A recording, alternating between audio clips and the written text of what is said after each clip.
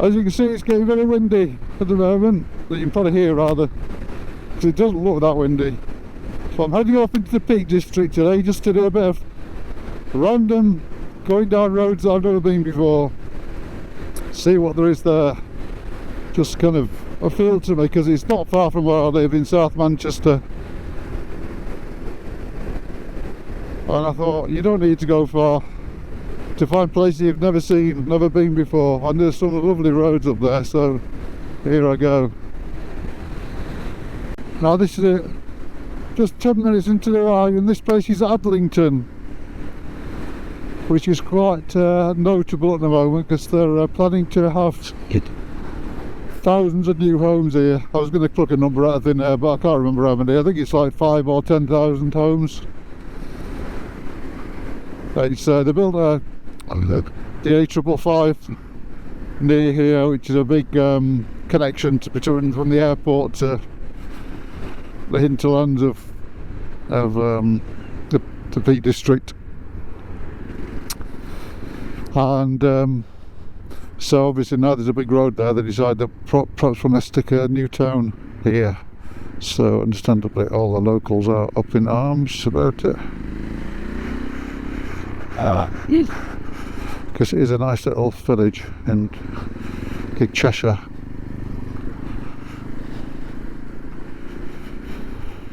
I know people have got to live somewhere, but it's always very sad when you see such nice areas come under threat.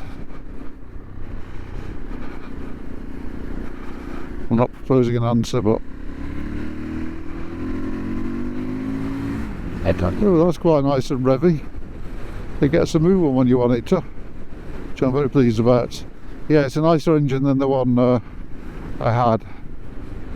It feels healthier, but then it has only done 700 miles. Just ticked over onto 800. So a guy was selling it, wanted something different. And he'd sold it for, getting on for half price, and it was only 9 months old. And it's a cheap bike to start off with anyway, so happy days.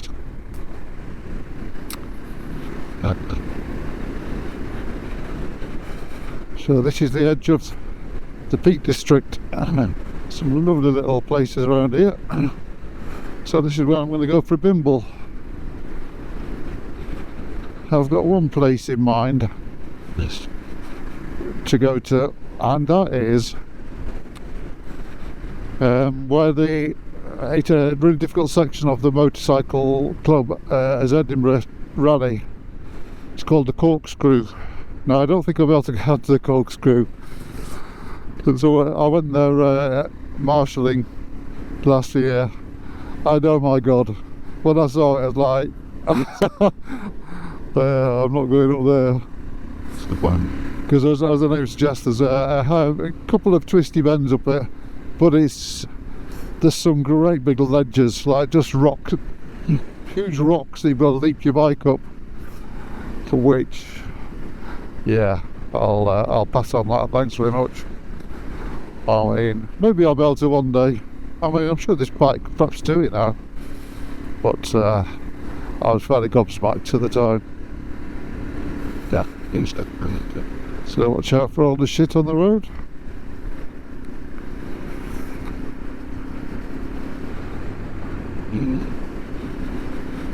Well, it's, you know, it's mid-January and it's a nice day. Oh, it's a bit greasy. Well, and your bike gets caked in cack. I can understand if you've got a 25 grand Ducati or whatever, perhaps been a bit more reluctant to come out of it. But I mean, I've got my main ride is a Tri-Speed Triple RR, and I just cover it in ACF 50. Clean it off, spray the crap out of it, and ACF 50 just puts a protective barrier against road salt and everything.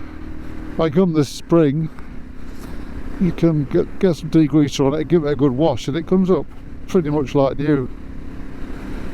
So heartily recommend doing that, and it just means that you can ride all year round. A day like this, when there's not too much traffic out there, and you're just going for a bimble, what's not to like? I've got no heated clubber on at all today. So a little bit. It's a cold sun, but it's probably better than no sun. And it's gorgeous out. But if you're not used to, if you don't know much about Britain, it is smothered in little back roads like this, going through tiny little villages, babbling brooks,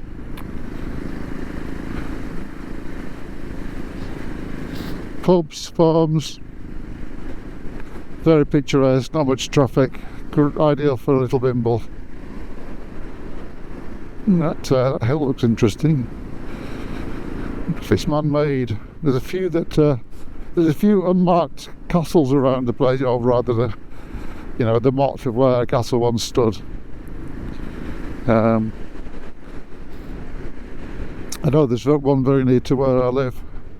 The only way you'd know is that it's called Castle Hill. Here we go.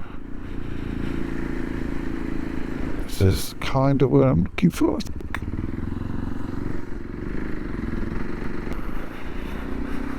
We're getting right out into the sticks now.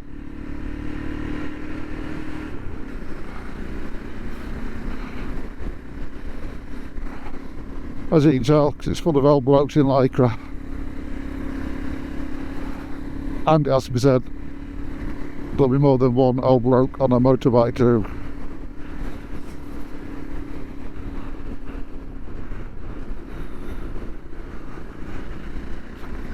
Look at these old lanes. Really recessed from years of people walking along, driving along. Probably tell it's quite windy now. Look at our view.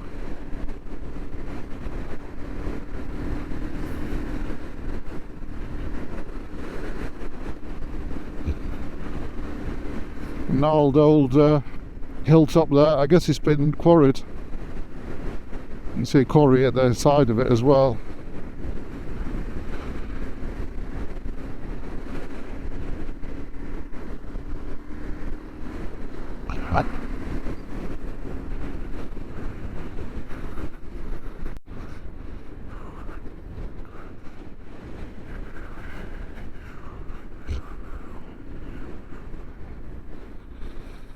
I just love these little lanes. Look at this. Tucked away. You can just imagine people for centuries walking down here, probably driving their cattle. With little carts struggling up. I mean, most of these roads, I believe, were built in the 30s. I guess they were old farm tracks and country ways that were eventually tarmacked. And thank God they were. It's fantastic. It's for us now to be able to just come out and explore. And as I say, UK, if you're not familiar with it, is riddled with these little B roads.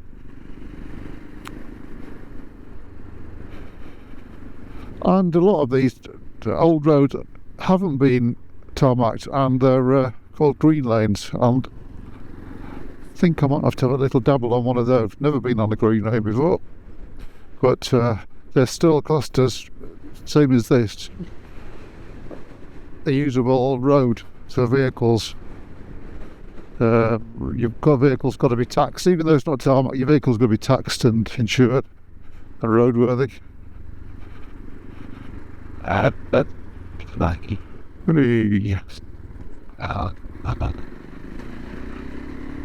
If you've never ridden like an off-roady type bike before, I know they're dead popular, so you'll probably know, but it's a bit of a revelation compared to being on a road bike, mainly because you've got these big fat knobbly wheels, knobbly tyres, and going over potholes you barely feel them. It's wonderful.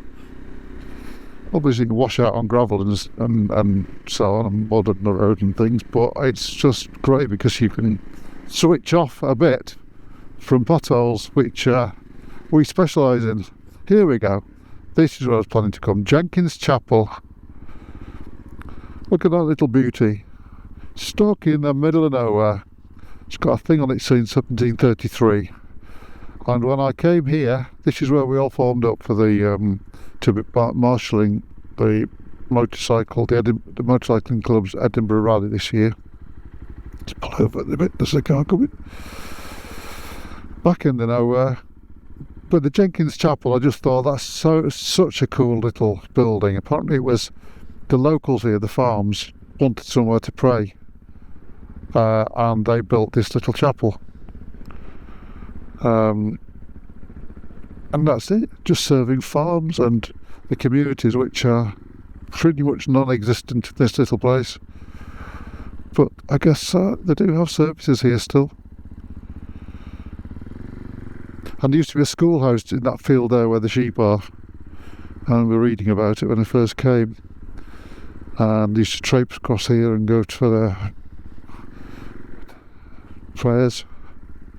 Okay, it's in the windswept middle of nowhere, wonderful. And it's such a great looking building. I mean, just don't want to get too arty-farty, but in just a local vernacular design, and a bell tower. Wonderful.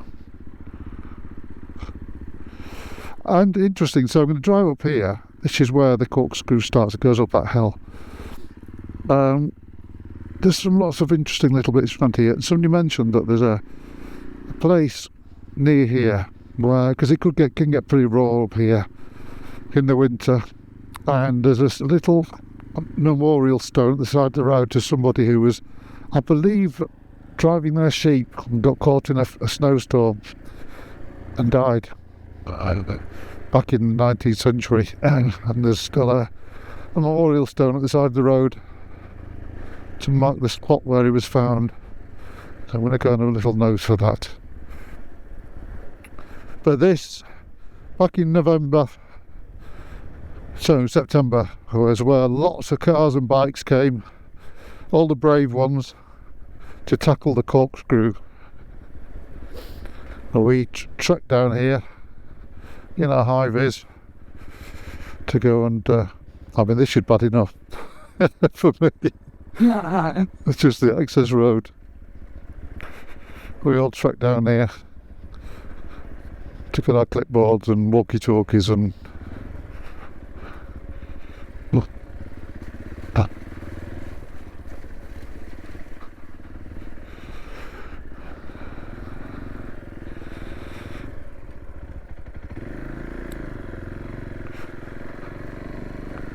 so that's the first bit up here.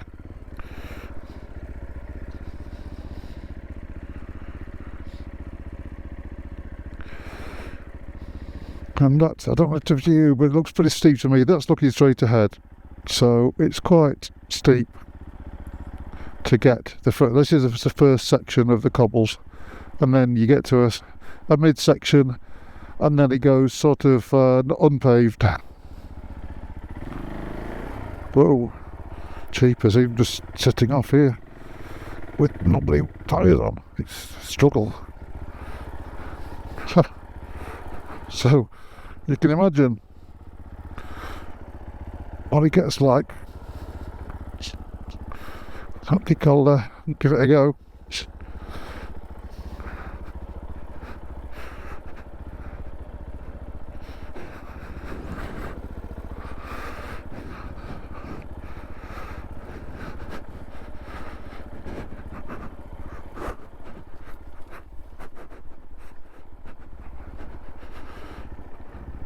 That's enough for me. So there you go, the Corkscrew section for the, well, beginning of the Corkscrew section for the motorcycling club. It's a club that was, it's called the motorcycling club mainly because I don't think many people had cars in there. It was formed around 1904, could be wrong. And it was initially just motorbikes and then they allowed cars. So it's the oldest motorbike club in Britain. And it's called the Edinburgh Trail, even though it's held exclusively in the Peak District, because it used to be riding from London to Edinburgh, sometimes and back, for the brave ones, in the days before metalled roads. And if you're into bikes, old bikes, you know, all the manufacturers used to join it to show how reliable their vehicles were and try and win it. And it's brilliant that it's still going today. It's looking a bit rainy. Boo. I haven't any waterproofs. But never mind. I'm waterproof. And I'm not a million miles away from home. So apparently they're looking for that memorial. There's a right hand turn further up somewhere, probably around this hill.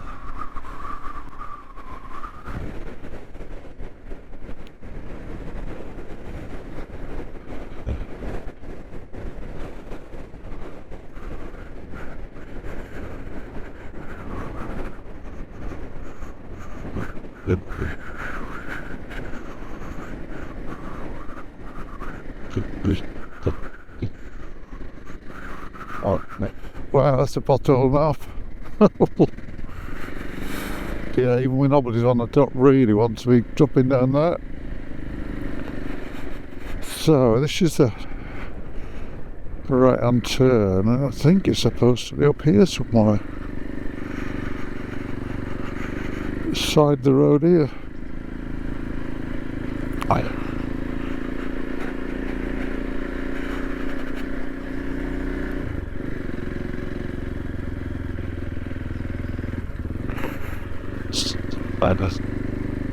I keep an eye on some of these potholes, even when nobody's on. I don't want to be another casualty on this stretch of road.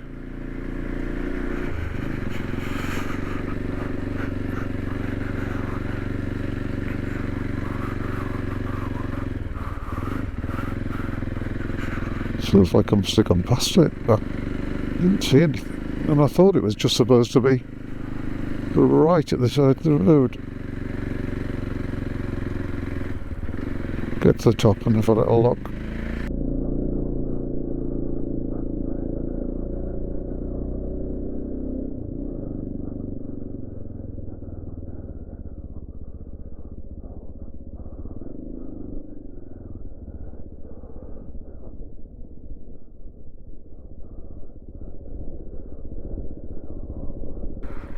Oh dear, it's noticed out of the blue my petrol gauge is flashing. Oh dear, let's check that.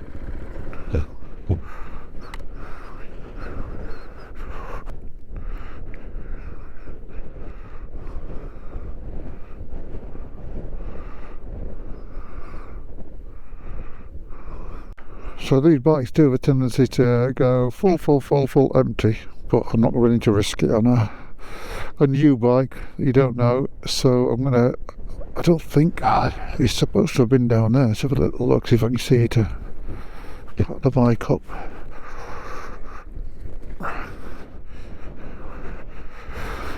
Supposed to be down at the side of the road there.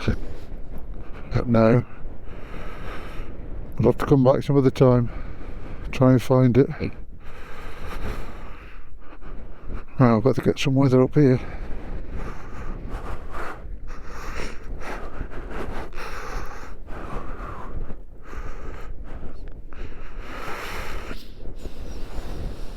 But yes, I'm head off now in search of some petrol. I'm going to focus where the closest petrol station is.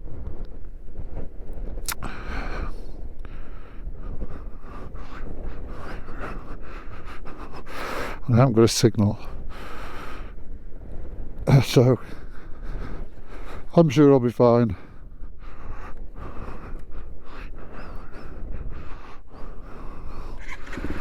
But let's go. There you go, rest back on 2. It's showing this half full, whereas it was just flashing 1. So it's not very trustworthy, full stop.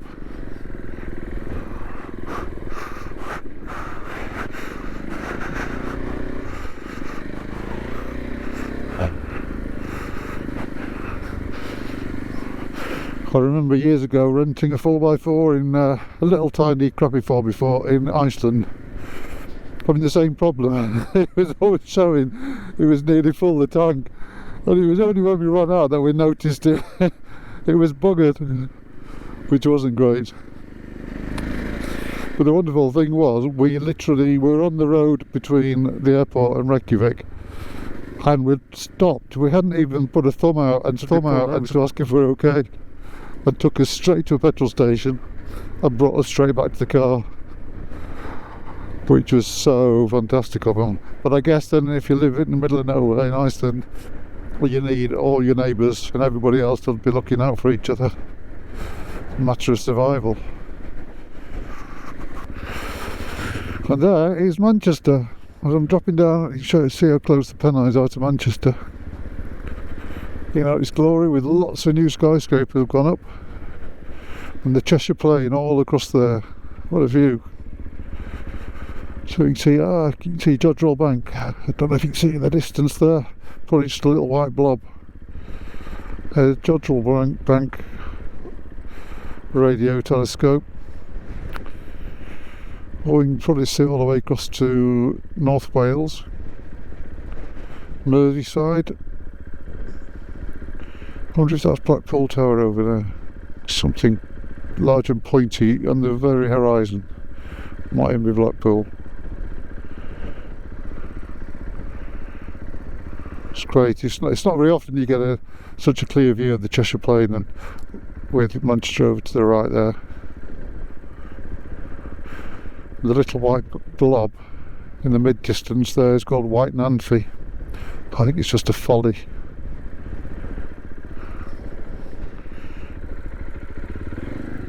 But it was recently restored and repainted for the millennium.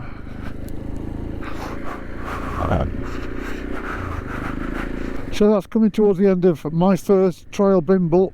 I'm gonna investigate, explore around my hometown, and I'm from Barnsley, but I live in Manchester for the last 40 years. And just because we've got North Wales, Pennines, it's not so too much of a schlep to the Yorkshire Dales and to the Lake District either. So I'm just going to investigate, carve lots of little runs and video it and see what I can find of interest. Because there's nowhere quite like Britain to be exploring, and every little twist and turn has got something cool to have a look at when you think about it. And I don't think you need to go a squillion miles to have lots of interesting rides, especially when you've got a little 450 adventure bike. It's so far so good. It feels cracking, so hopefully it'll take me on some interesting jaunts. So as I head back towards South Manchester and the petrol station. Yep. Thanks for joining me, and I'll catch you next time.